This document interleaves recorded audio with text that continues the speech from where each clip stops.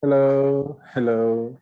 Basic 3 students, this is Unit 12A. Eita, people, estamos já chegando ao final, né?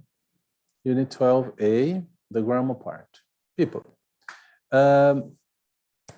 this is the second big clash. Second, no, third, né?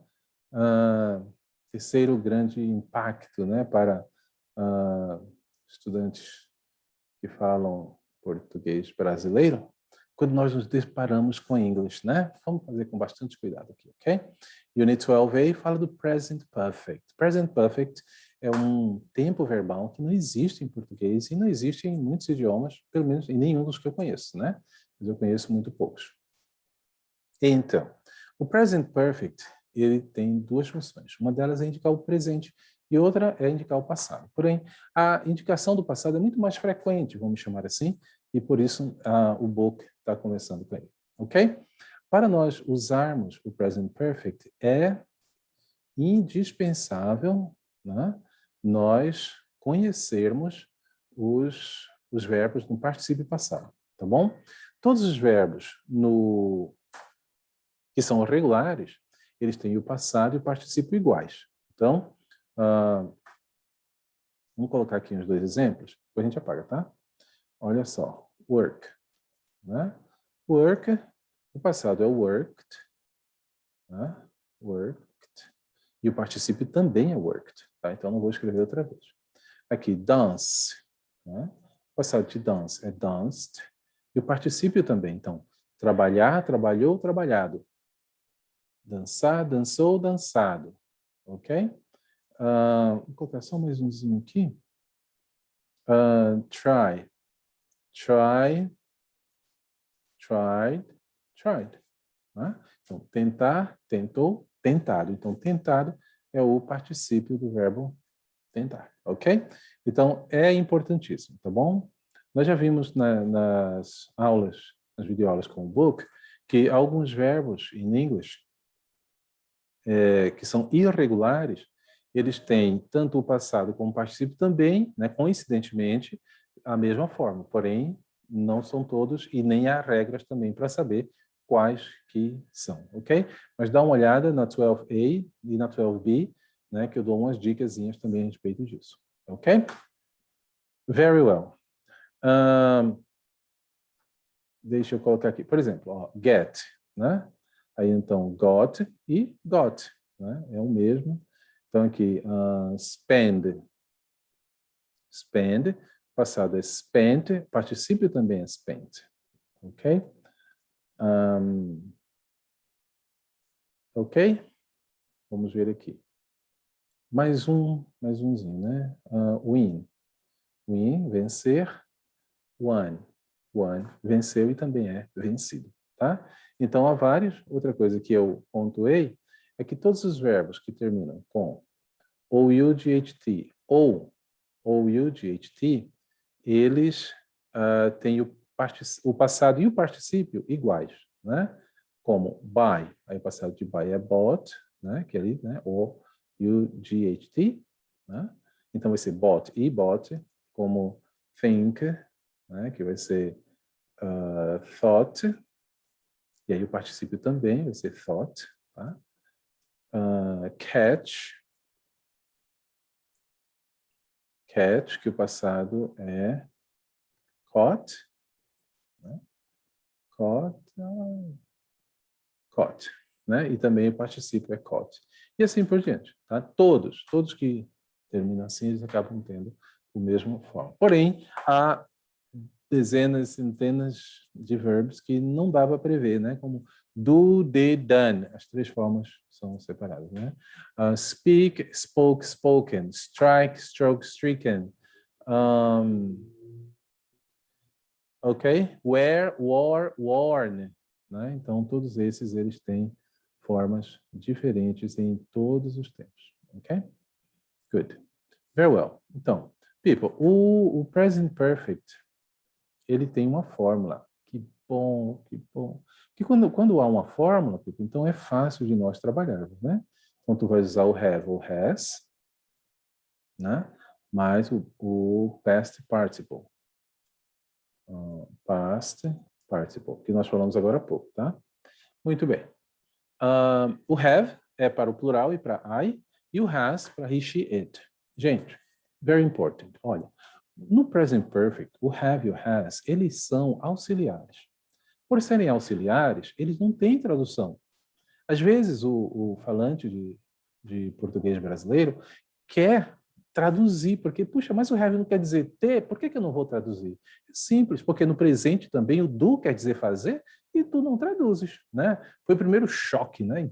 Impacto, né? Clash que tu tiveste na tua vida de inglês, mas ele não traduz, né? Então, you like sushi, né? Para fazer a pergunta, aí eu coloco do. Do you like sushi? Ah, tu vai traduzir o do? Não. O do ele tem uma função de fazer a pergunta. E é só isso. O have e o has não são diferentes. Eles também têm a função de fazer a pergunta, de carregar o not e de fazer o tempo. Né? Como o eu faz o tempo futuro, o have e o has fazem o present perfect. Ok? Então não se traduz. Tá certo? Então ficamos já certinho. Né? Nós começamos, quando precisamos traduzir, nós começamos a tradução pelo verbo que está no past participle e tantã, nós vamos usar o passado, porque isso aí não existe em português, né? Então vamos aqui, né? Eu costumo dizer que em inglês tem two pasts, né? Dois passados. Um deles é aquele que vocês já conhecem, que é o passado simples, né? O past simple, né? Bem simples, aliás, né? Se não fosse também, né? Afinal, o sobrenome dele, past simple, né? Se fosse difficult, seria past difficult, mas é past simple, né? Então, no past simple, people, muito importante, tá? No past simple, quando nós falamos no past simple, nós precisamos dizer o tempo, né? Então, aqui, ó, o past simple, né? Só uma recapituladazinha, né?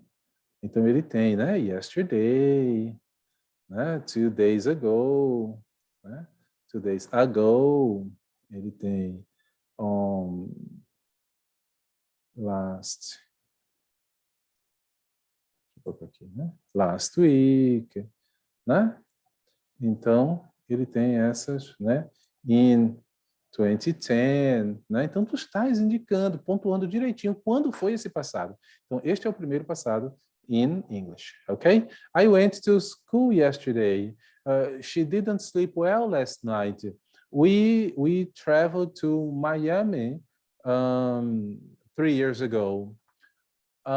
She had a baby in 2010. Ok? Então, tudo isso é passado simples. É aquele que vocês conhecem. Na afirmativa, você usa o passado do verbo. Na negativa, usa o didn't. Na interrogativa, usa o did. Né? E o verbo, na forma natural. Então, esse é o past simple. Mas agora nós estamos falando do o segundo past em inglês. Tá? Considere apenas como past. Qual é a característica principal dele? People. É não dizer quando. Pronto. Eita, que English simple, né? Muito simple mesmo. Somente isso. Então, se tu não dizes quando tal coisa aconteceu, então tu vais usar, vou colocar aqui, né? Então tu vais usar o present perfect. E como é que faz o present perfect? Usa o have e o participo, tá? Então aqui o present perfect, né? Present perfect. Ele também tem algumas palavras que indicam que é no present perfect, tá? Como recently, e nós vamos ficar por aqui. E aí, vamos lá. Vou colocar também ever, tá? E uns outros, a gente vai falar sobre isso. Então, vamos deixar aqui para não complicar. Essa aula já está muito longa. Ok? Então, present perfect é o segundo passado, tá? Por exemplo, eu morei, ou eu já morei em Paripueira, ok? I have lived em Paripueira. Eu morei em Paripueira. Puxa, mas não é have lived, não é tenho morado? Não, eu não moro mais lá. Mas eu não estou dizendo quando que eu morei, então eu uso o present perfect, ok? I have lived in Paripueira. Né? I have lived em Paripueira. Eu digo assim, ó, ela foi minha namorada. She has been, do ser, né? Do verbo ser, né? Então, my girl, she has been my girlfriend. Ok? Conheça a figura. Se meta não, que vai dar errado. É não, people. Olha só. Então, aqui, ó. Choveu muito. Não, vou colocar outro. Eu fiz o jantar. I have... Não, eu fiz não. Minha mãe fez porque a mãe ela faz melhor, né? Então, my mom has made dinner. Tá? Minha mãe fez o jantar. Então, people, tu estás falando no passado, porém tu não estás dizendo quando. Pronto. Present perfect. No secret, no mystery, nada de filme de horror, né, de terror. Ok? É só isso. Né? Ao invés de usar o past simple, tu vais usar o present perfect quando tu não disseres quando que aconteceu o evento. Ok? Agora, deixa eu colocar aqui. Se tu quiseres fazer uma pergunta, como é que tu vais fazer? Ora, em inglês, quando nós queremos fazer uma pergunta, a gente usa o auxiliar antes do sujeito e o restante da frase. Então, eu digo assim, ó, have you seen Mary? Have you seen Mary? Tu viste a Mary? Ok?